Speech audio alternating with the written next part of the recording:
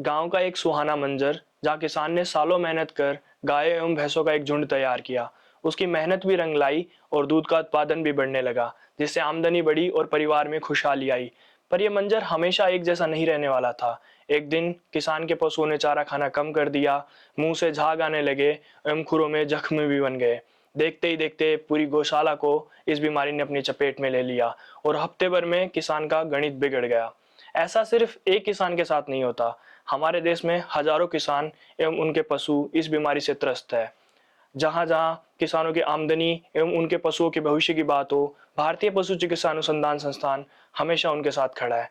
नमस्कार, मैं दीपक शर्मा, आईवीआरए के अधोस्नातक का छात्र, आईवीआरए के इस पॉडकास्ट श्रृंखला में आपका स्वागत करता हूं। आज हम बात करने जा रहे हैं मुंह पका एवं खुर पका यानी एफएमडी बीमारी के बारे में। विषय विशेषज्ञ के रूप में आज हमारे साथ जुड़े हैं डॉक्टर मुकेश भट्ट सर, जो संस्थान के पशु रोग अनुसंधान एवं निदान केंद्र में विषाणु रोगों के विशेषज्ञ वैज्ञानिक के रूप में कार्यरत है। सर, आपका स्वागत है। धन्यवाद। भारत की जनसंख्या का एक बड़ा भाग पशुपालन पर आधारित है और पशुपालन में जो बीमारियां प्रमुख रूप से ग्रसित करती है उसमें एफएमडी एक प्रमुख बीमारी है। फिर भी आज बहुत से किसान इस बीमारी से अनभिज्ञ है। सर, क्या आप बता सकते हैं कि एफएमडी क्या है? एफएमडी, जिसे हम खुरपका मुंहपका रोग भी कहते हैं, एक विषाणु जनित रोग है जो ऐसे पशुओं को प्रभावित करता है जिनका खुर दो भागों में बंटा होता है। इन पशुओं में गाय, भैंस, भेड़, बकरी, शूकर तथा हिरण जैसे पशु शामिल हैं। यदि कोई पशु इस बीमारी से ग्रसित हो जाता है तो उसमें तेज बुखार आता है तथा उसके मुंह, पैरों तथा थनों पर छाले दिखाई देते हैं। यदि कोई दुधारू पशु इसकी चपेट में आ जाता है तो उसमें दूध उत्पादन की क्षमता लगभग 50% से भी कम हो जाती है, जिससे कि पशुपालक को काफ़ी नुकसान उठाना पड़ता है। इसके अतिरिक्त कई ऐसे देश हैं जहां पर एफएमडी का उन्मूलन हो चुका है और ऐसे देशों में एफएमडी प्रभावित क्षेत्रों से दूध और मांस के आयात को प्रतिबंधित कर दिया गया है, जिसकी वजह से भारत के दूध और मांस उत्पाद को उद्योग को काफ़ी नुकसान उठाना पड़ता है। हालांकि इस बीमारी से लड़ने के लिए टीकाकरण काफ़ी वर्ष पहले से हमारे पास उपलब्ध है, फिर भी यह बीमारी विश्व के कई देशों में एक गंभीर समस्या बनी हुई है। सर, पशुओं के उत्पादन पर प्रभाव डालने वाली ये बीमारी काफी महत्वपूर्ण नजर आती है। इस बीमारी का आखिर कारक क्या है, इसके बारे में कुछ बताइए। एफएमडी एक विषाणु के कारण होती है जिसे हम एफएमडी वायरस के नाम से जानते हैं। यह एक आरएनए विषाणु है जो पिकोनाविरिडी फैमिली से संबंधित है। इस विषाणु के मुख्य रूप से 7 प्ररूप होते हैं, जिनमें ओ, ए, सी, एशिया 1 तथा सेट 1, सेट 2 और सेट 3 शामिल हैं। इनमें से ओ, ए, सी और एशिया 1 भारत में पाए गए हैं। हालांकि सन 1995 के बाद प्रारूप सी को भारत में नहीं देखा गया है। तो एफएमडी वायरस या विषाणु किस प्रकार फैलता है, या कहे एक पशु से दूसरे पशु तक संक्रमण कैसे पहुंचता है? देखिए, एफएमडी विषाणु स्वस्थ पशु के नाक या मुंह के रास्ते से उसके शरीर में प्रवेश करता है। एक संक्रमित पशु की लार, मल, मूत्र तथा दूध इत्यादि में यह विषाणु उपस्थित होता है और जब कोई स्वस्थ पशु इनके संपर्क में आता है तो वो भी इस विषाणु से संक्रमित हो जाता है। इसके अतिरिक्त संक्रमित पशु की लार इत्यादि से दूषित जल, चारा, बर्तन और उपकरण भी इसके संक्रमण में सहायक होते हैं। पशुगृह में काम करने वाले व्यक्ति के कपड़ों, जूतों और वहां आने जाने वाले वाहनों के द्वारा भी यह विषाणु एक स्थान से दूसरे स्थान तक फैल सकता है। इसके अलावा संक्रमित दूध और मांस भी एफएमडी विषाणु के फैलने का कारण बन सकते हैं। सर, अगर देखा जाए तो भारतीय किसान हर तरह के पशुओं का पालन करता है, तो यह क्या बीमारी सभी पशुओं को संक्रमित करती है या किसी विशेष प्रकार के पशुओं को? और दूसरा हमारा सबसे बड़ा सवाल कि क्या यह बीमारी इंसानों को भी प्रभावित करती है? देखिए, एफएमडी विषाणु ऐसे पशुओं को प्रभावित करता है जिनका खुर दो भागों में बंटा होता है। इन पशुओं में गाय, भैंस, भेड़, बकरी, शूकर तथा हिरण जैसे पशु शामिल हैं। यह विषाणु हर उम्र के पशुओं को प्रभावित कर सकता है। हालांकि वयस्क पशुओं में मृत्यु दर बहुत कम या न के बराबर होती है, परंतु अगर यह विषाणु छोटी उम्र के पशुओं को प्रभावित करता है तो उनमें यह मृत्यु दर 20 से 50% तक हो सकती है। जहाँ तक इंसानों का सवाल है, यह विषाणु इंसानों में किसी तरह की बीमारी पैदा नहीं करता है। अगर आंकड़ों को देखा जाए तो ये बीमारी काफी संक्रामक नजर आती है। क्या सर हम जान सकते हैं कि एफएमडी बीमारी के लक्षण क्या क्या है जिसके आधार पर इसे पहचाना जा सके? एफएमडी रोग के लक्षण इससे प्रभावित पशु प्रजाति पर निर्भर करते हैं।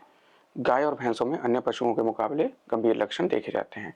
इन लक्षणों में तेज बुखार आना तथा मुंह, उसकी जीभ, पैरों तथा थनों पर छाले प्रमुख हैं। इसके अतिरिक्त पशु के मुंह से अत्यधिक मात्रा में लार निकलती है, उसकी भूख कम हो जाती है तथा उसे चलने फिरने में कठिनाई होती है। अच्छे से खाना न खा पाने के कारण पशु की दूध देने की क्षमता भी काफ़ी कम हो जाती है और गायों में भैंसों के मुकाबले जो लक्षण होते हैं काफ़ी गंभीर होते हैं। यदि छोटी उम्र के जानवरों में एफएमडी विषाणु संक्रमित करता है तो उनमें मृत्यु दर अधिक हो सकती है। शूकरों में मुख्यतः तेज बुखार होता है तथा लंगड़ेपन की समस्या देखी जाती है। शूकर में यह विषाणु पैरों को मुंह की अपेक्षा ज़्यादा प्रभावित करता है और लंगड़ेपन की समस्या आम देखी जाती है। जहाँ तक भेड़ बकरियों की हम बात करते हैं तो भेड़ बकरियों में एफएमडी के लक्षण हल्के रहते हैं और इनमें हल्का बुखार, सुस्ती तथा पैरों में सूजन शामिल है। कभी कभी मुंह में भी लक्षण देखे जाते हैं जिसमें मुंह में छाले शामिल हैं और यदि छोटी उम्र के पशु इससे प्रभावित होते हैं तो उसमें मृत्यु भी हो सकती है। सर, एक बार एफएमडी के लक्षण नजर आने के बाद अगर किसान या हम डायग्नोस या निदान करना चाहते हैं तो प्रयोगशाला के आधार पर किस प्रकार किया जा सकता है? देखिए, एफएमडी की पुष्टि पशु में एफएमडी के लक्षणों या प्रयोगशाला में परीक्षण के आधार पर की जा सकती है। प्रयोगशाला में परीक्षण के लिए ये बहुत आवश्यक है कि उचित सैंपल एकत्रित किए जाएं और उन्हें सही स्थिति में प्रयोगशाला में पहुंचाया जाए।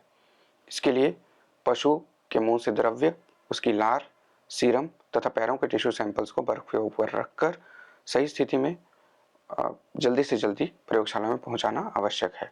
प्रयोगशाला में आरटी-पीसीआर या एलाइजा के माध्यम से एफएमडी की जांच की जा सकती है। एनएसपी प्रोटीन्स पर आधारित एलाइजा के माध्यम से यह बताया जा सकता है कि पशु में एंटीबॉडीज बीमारी की तरह वजह से बनी हुई हैं या प्रतिरोधक टीकाकरण की वजह से उसमें एंटीबॉडीज विकसित हुई हैं। सर, एक बार अगर हमने इसका डायग्नोसिस कर लिया तो एफएमडी के संक्रमण का उपचार एवं प्रबंधन पर काम कैसे किया जा सकता है? देखिए, एफएमडी एक विषाणु जनित रोग है जिसका कोई विशिष्ट उपचार उपलब्ध नहीं है। बुखार और बैक्टीरियल संक्रमण को रोकने के लिए डॉक्टर के परामर्श के अनुसार दवाओं का उपयोग किया जा सकता है। सबसे पहले यदि किसी पशु में एफएमडी की पुष्टि हो जाती है तो उसे अन्य पशुओं से अलग करें तथा उसके उपयोग में आने वाले बर्तनों या उपकरणों को 2% सोडियम हाइड्रोक्साइड या 4% सोडियम कार्बोनेट से धुलाई करें और उन्हें धूप में सुखाकर अलग रख लें। संक्रमित पशु और स्वस्थ पशु के प्रयोग में आने वाले बर्तनों को अलग अलग रखना चाहिए। यदि पशु के मुंह में छाले उपस्थित हैं तो उन छालों को 1% पोटेशियम परमैंगनेट से धुलाई करें और उसके बाद बोरोग्लिसरीन पेस्ट का उपयोग करें।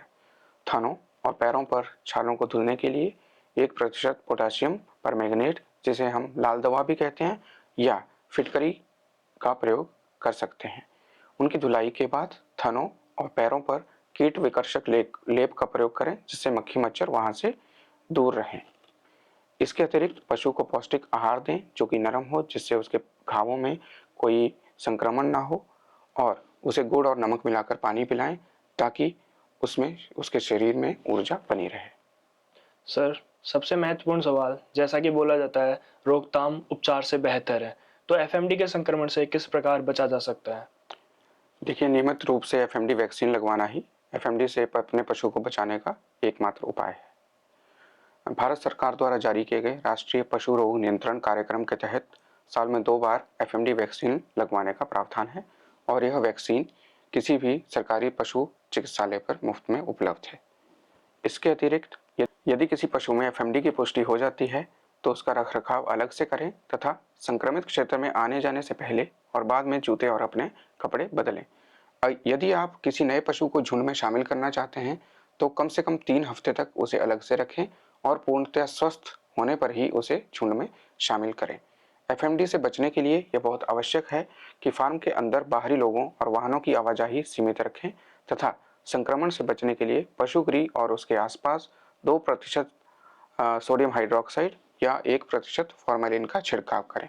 इसके अतिरिक्त पशुओं की प्रतिरोधक क्षमता को बढ़ाने के लिए यह बहुत जरूरी है कि आप अपने पशु को संतुलित और पौष्टिक आहार दें जिससे उसकी प्रतिरोधक क्षमता बनी रहे, और संक्रमित क्षेत्रों की यात्रा और व्यापार को सीमित करें तथा संक्रमित क्षेत्र से चारा, पानी तथा अन्य पशु उत्पाद लाने से बचें। इन सब उपायों का उपयोग करके हम एफएमडी विषाणु से अपने पशुओं को बचा सकते हैं।